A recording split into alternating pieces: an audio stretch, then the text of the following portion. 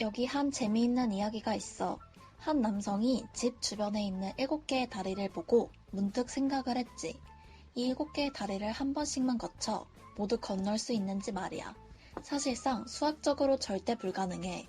반드시 한 개의 다리를 한 번 더 건너게 되거든. 그런데 말이야, 굳이 여기 있는 7개의 다리만 건너야 할까? 다리 한 개를 더 만드는 건 안 되는 걸까? 그렇게 되면 다리를 한 번씩 다 건널 수 있는데 말이야. 지금부터 내가 할 이야기는 앞의 이야기처럼 공간의 가변성에 대한 이야기야. 공간을 마음대로 늘리고 줄이다니 정말 굉장한 이야기지 않니? 사실 이런 개념을 계속 찾다가 발견한 위상기하학이라는 재미있는 개념이 있어. 도넛이 컵이 될 수 있다는 것을 증명할 수 있는 개념이라니 정말 상상도 못한 일이야. 도넛도 공간이 3개, 컵도 3개, 이기에 가능한 일이지. 우리와 가깝고 쉽게 볼 수 있는 무언가도 컵이 될 수 있지 않을까? 나 자신은 어때? 우리 인간 말이야. 나 자신의 이야기야말로 뗄래야 뗄 수 없는 무언가일 거야. 어떻게 인간이 컵이 될 수 있냐고? 나는 가능하다고 생각해. 우린 충분히 세계의 공간이 될 수 있어. 우리가 가만히 서 있는 이 순간에도 컵이 될 수 있고, 오케이 의미를 담은 표시를 하거나 수구려 휴식을 취하는 순간에도 우린 컵이 될 수 있어. 내가 지금 보여줄 영상에도 무려 컵이 될 수 있는 자세가 17번이나 나와. 한번 감상하고 가볼까?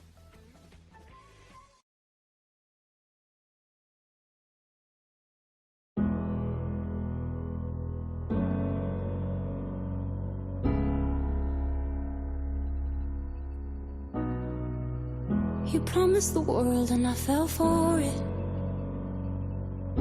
I put you first and you adored it. Set fires to my forest and you let it burn. Sang off key in my 컵이 될 수 있는 춤을 감상한 느낌은 어떻니? 컵이 될 수 있는 자세에도 의미가 여럿 있어. 이처럼 이 지구상에서 컵뿐만 아니라 도넛도 의자도 모두 될 수 있는 인간이야말로 훌륭한 공간이 아닐까? 건물과는 비교할 수 없는 무궁무진한 인간이야말로 진정한 입체조형이라 생각해. 안녕하세요. 저는 성균관대학교 디자인학과 서피스 전공 19학번 박재현입니다. 저는 입체조형의 수업을 수강하면서 기하학이라는 주제로 다음과 같이 진행하여 발전시켰습니다. 기하학이라는 주제를 받고 기하학의 의미에 대해 살펴보았는데, 기하학이란 선과 면, 도형 등 기하학적인 대상의 모양, 크기, 상대적인 위치, 그리고 공간의 성질에 대해 연구하는 수학이라고 합니다. 그렇다면 기하학은 어떻게 탄생한 것일까요?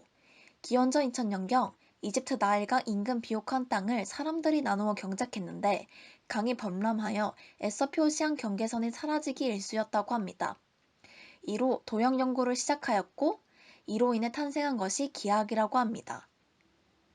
기하학이 인간과 밀접한 것이라는 것을 깨달은 저는 자료를 찾다가 한 그림을 발견하게 됩니다. 7개의 다리를 표현한 그림인데 절대로 한 번씩만 건너서는 7개의 다리를 전부 건널 수 없고 반드시 하나의 다리를 한 번 더 건너게 됩니다.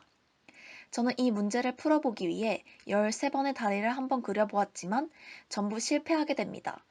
그러나 이를 실행하면서 다리를 하나 더 늘리면 안 되나? 라는 생각을 하게 된 후 공간의 가변성에 대해 알아보게 됩니다. 공간의 가변성에 대해 찾아보다 위상기하학이라는 개념을 찾게 되는데, 도형의 위상적 성질을 연구하는 기하학으로서 길이, 크기 따위의 양적 관계를 무시하고 도형 상호의 위치나 연결 방식 따위를 연속적으로 변형하여 그 도형의 불변적 성질을 알아내는 학문을 찾게 됩니다. 대표적인 예로 도넛이 컵이 될 수 있는 과정을 증명한 것이 있습니다. 위상기하학이라는 주제를 선정하고 저는 도넛은 컵, 공간의 1대1, 연속에 대해 불변이라는 3가지 키워드와 함께 아이디어를 발전시키게 됩니다. 위상기하학의 위상이라는 단어의 뜻을 풀어보았을 때 동상, 사상, 대응이라는 뜻이 있습니다. 겉과 속을 통찰하게 도와주는 힘이라는 표현으로도 씁니다.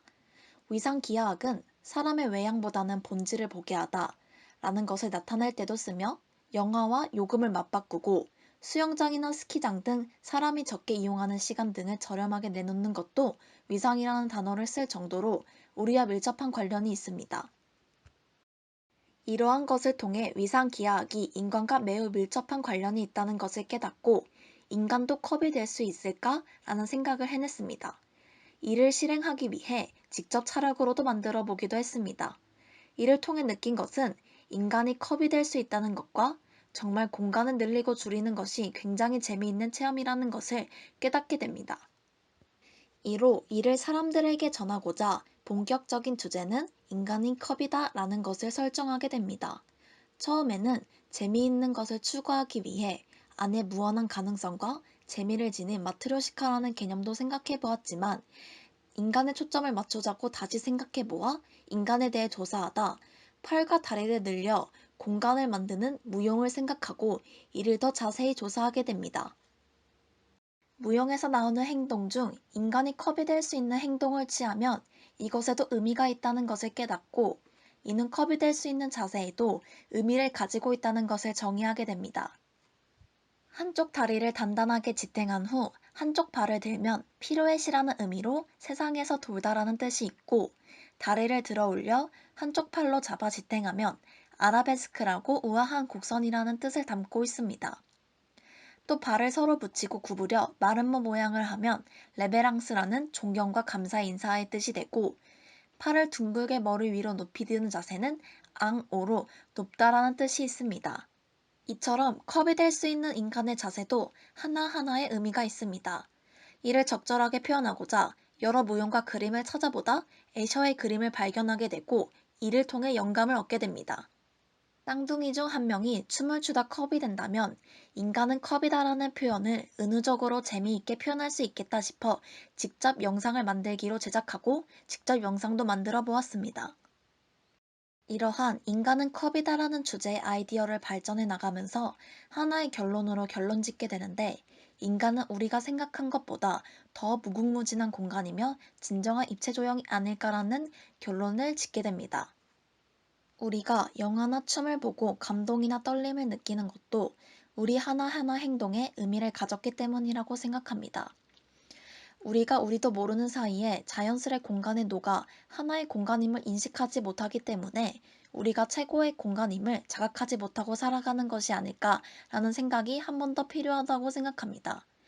이로 2019년 입체조형 발표를 마치겠습니다. 감사합니다.